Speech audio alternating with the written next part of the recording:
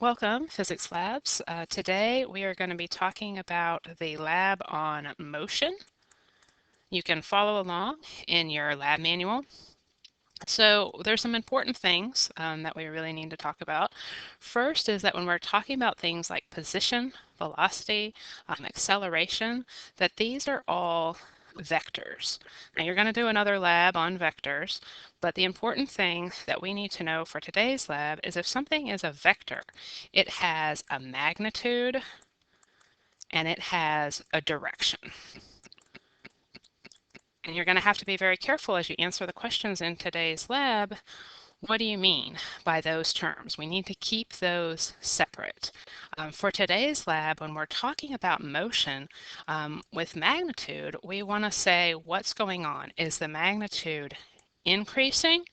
Is the magnitude decreasing? Or is it constant? Okay.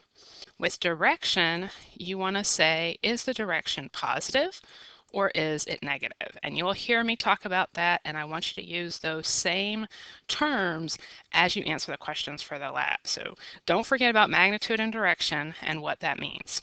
Let's get started here by talking about motion that has a constant velocity. So we're going to be talking about different types of motion. You're going to be making 3 different movies showing the motion of a ball. And we're going to see how this plays out in diagrams that we call position versus time or velocity versus time. We're going to start with a position, or sometimes you might hear this called displacement. So x is our position in the in the x direction, right? Versus t, which is our time. So this is a position versus time graph, and we want to say, what does this graph look like if we have constant velocity? Well, if you have constant velocity, this graph will look nice and linear. That is because you have velocity. Constant velocity means that you have no acceleration. The acceleration is 0, right? And in this case, as I've shown you, the velocity is constant, but it's also positive. So this is positive velocity. Remember what we were talking about with magnitude and direction? Magnitude here is constant. Direction is positive. How do I know that? How do I relate that to this graph that I've just drawn? Go back to thinking about how we relate graphs to equations and physical things. When we think about a straight line, we have y equals mx, right? On your y-axis here, we have x. On your x-axis, we have t. Don't get the variables confused. It's going to be okay. And you have a constant slope. Remember, we said the slope of the graph is often meaningful in physics when we did our graphing lab. Here, the slope of the graph represents velocity. So whenever you have a position versus time graph, the slope is going to tell you something about the velocity. And we look at this graph and we say, oh, look, the velocity is positive because time is positive, x is positive, we're in the positive quadrant, and the slope is not changing. The slope is the same everywhere, so it is constant. Okay, so that is one simple example. I'm going to actually take us back a step, though, to try to understand this a little bit better and ask the question, well, what is velocity? And how did you just write down that velocity was related to position and time? What is velocity? Think of velocity as terms of a speed, right? Speed is like our magnitude, but it also has a direction.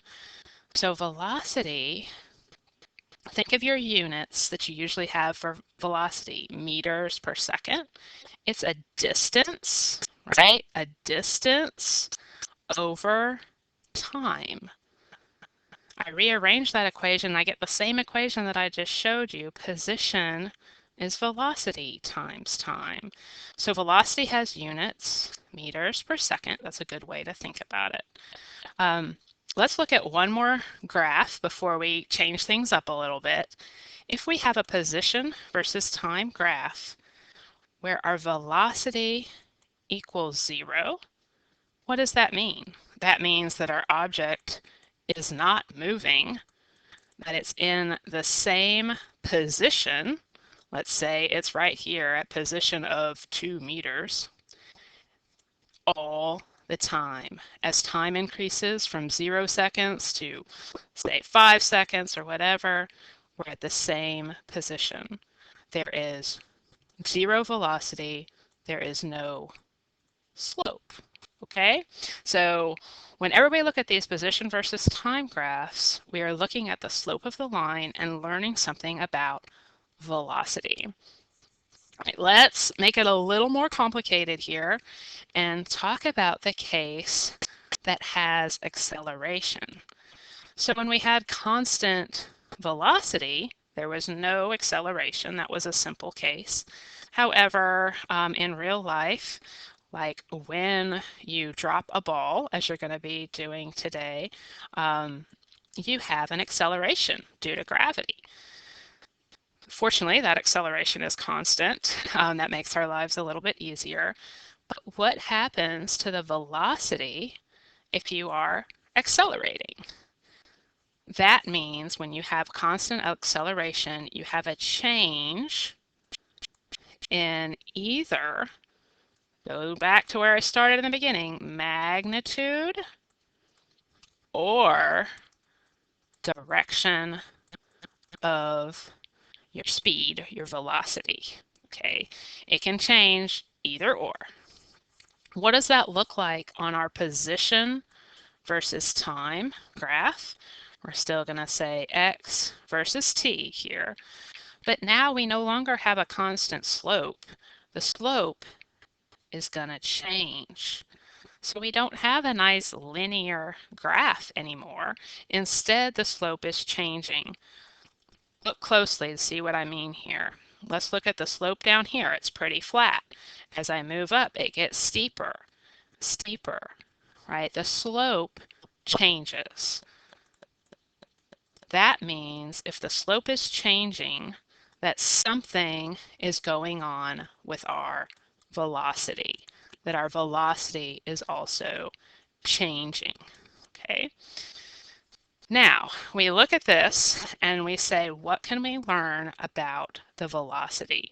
Remember, we always want to think about what is the magnitude and what's going on with the direction.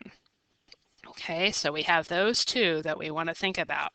What's happening with the magnitude, what's happening with the direction.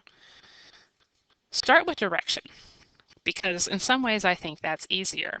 We are again in the positive quadrant. We are going from 0, 0, and we're going positive, positive. We're in the positive quadrant. Our direction is positive. Now, how is the slope changing? This is where I don't want you to get confused.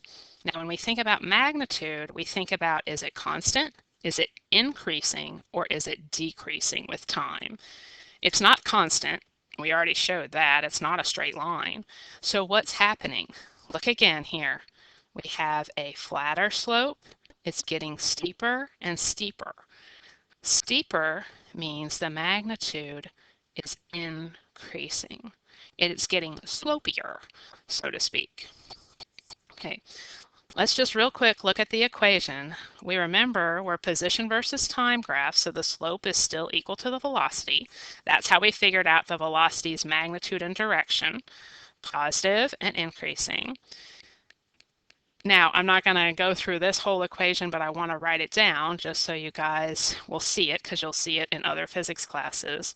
This relates to this equation, that position equals the initial position, the initial velocity times time, plus 1/2 AT squared. See that t squared? That's where we get our non-linear equation. Okay, this is equation 1 in your lab manual. We're not going to spend a lot of time on it today, but I just wanted to show you not linear, right? It's going as t squared. Okay, one last piece before we move on to a different graph, and that is we learned this about the velocity, right? The velocity's magnitude and direction. Can we say anything about the acceleration? Look, what about the acceleration? We know it's constant. That is our magnitude of the acceleration. So I'm going to write acceleration down here. Our magnitude, we already said, was constant. Can we say something about the direction of our acceleration? Look carefully. Our velocity's direction is positive. If this speed is increasing, right? The acceleration must be in the same direction as the velocity. The direction of the acceleration has to be positive because the magnitude, the speed, is increasing here. If we had something slowing down, then that tells us that our acceleration is opposing the motion. It's going in an opposite direction. But here, they're going in the same direction, so we get an increase, right?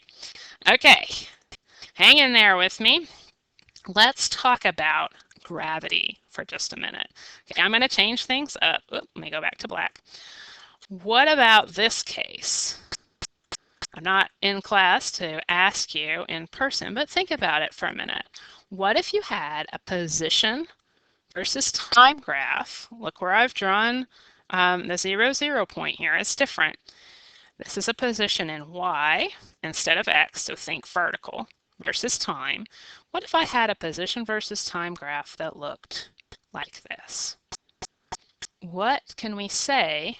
I'm not telling you anything about what's going on.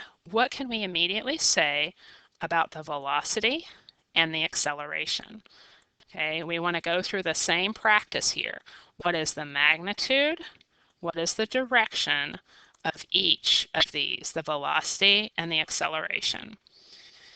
Okay, let's first remember that the slope represents velocity. So this is still slope. We're still in a position versus time graph. Direction, I'm going to start there again.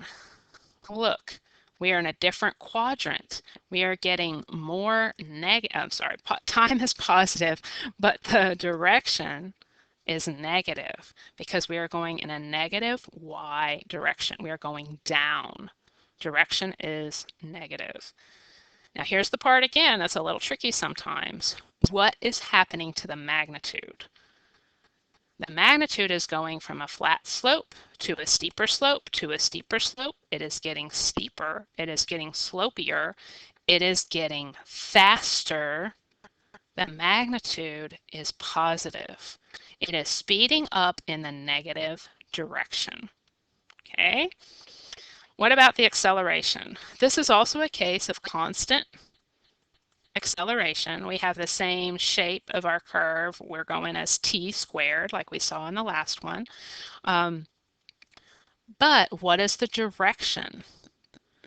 We have an object that is speeding up in the negative direction. What's happening with the acceleration? Is it positive or is it negative?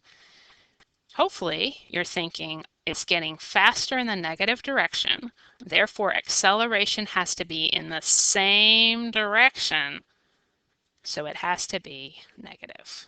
Okay, the acceleration is negative. This is the example that you're going to see today in your videos of free fall. Acceleration here is gravity. It's constant. It's in the negative direction. It'll make your object speed up as it goes in the negative direction. Awesome. Okay, now we're going to switch gears here and talk about instead of position versus time, we're going to talk about a different plot that looks like velocity versus time. So this is velocity versus time.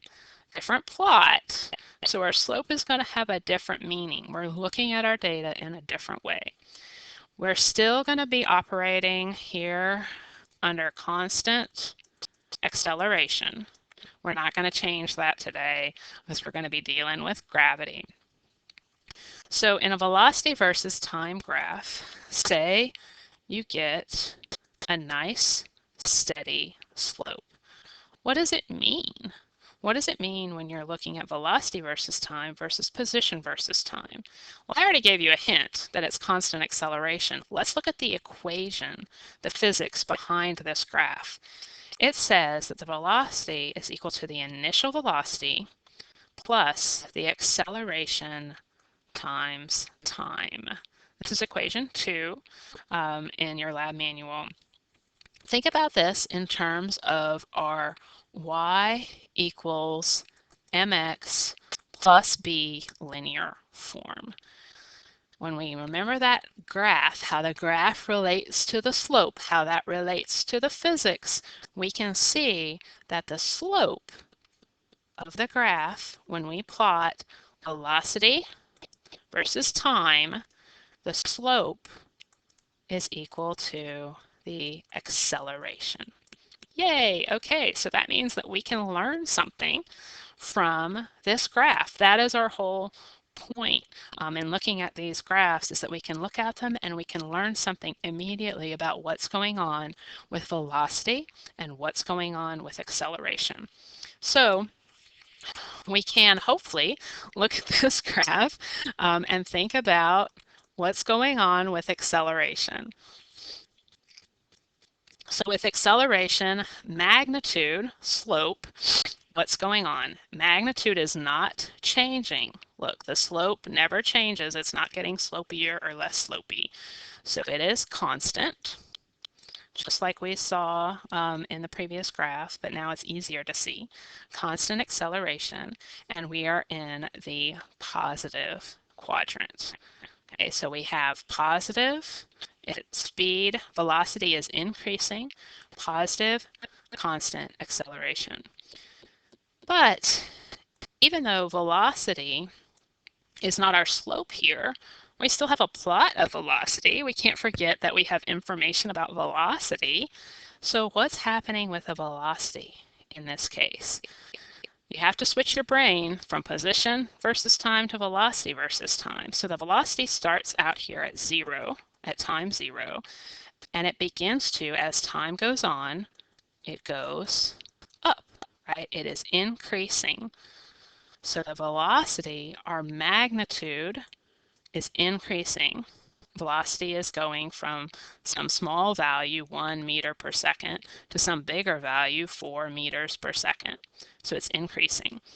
And it's in the positive direction, just like we saw with acceleration. So even with this kind of graph, this velocity versus time graph, we can still get some of the same information as the position versus time graph.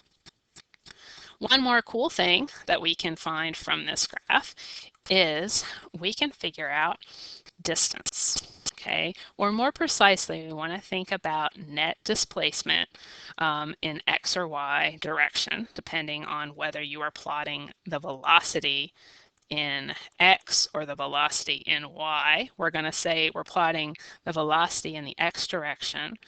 What we can do is we can pick some times. So between the time of 1 second and the time of, say, this is 6 seconds, over that period of time, how far did our object go?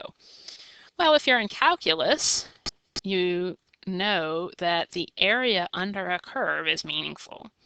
Even if you're not in calculus, you can learn today that this area, if we figure out how big it is, that is going to tell us something. That is going to tell us what is the net displacement, or the distance that